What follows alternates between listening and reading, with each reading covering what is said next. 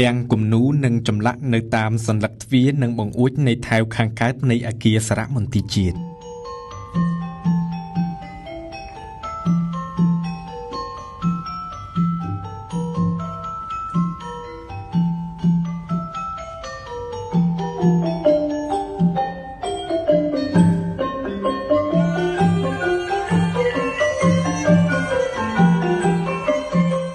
សារមន្ទីរ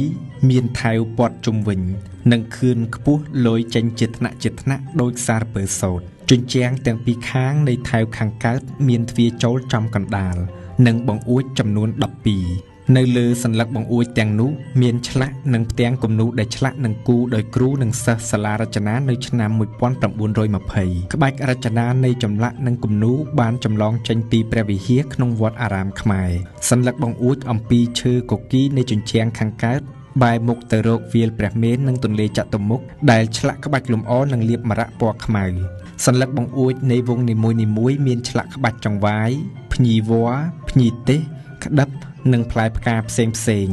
ហើយមានរូបសត្វនិងមុខខាពុតពេនយ៉ាងរស់រវើកល្អវិចិត្ររីឯទ្វារធំកណ្ដាលមានលំនាំដូចក្បាច់នៅលើទ្វារបញ្ឆោតរបស់ប្រាសាទដែលធ្វើអំពីថ្មភក់នៅក្នុងសម័យអង្គរដោយឡែកក្បាច់លើសន្លឹកបង្អួចជញ្ជាំងខាងលិចផ្នែកខាងក្នុង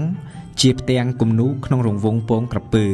ដែលបង្ហាញអំពីតួអង្គទេពស្រង់ចេញពីរឿងទេវកថានៃព្រះពុទ្ធសាសនានិងព្រហ្មញ្ញសាសនា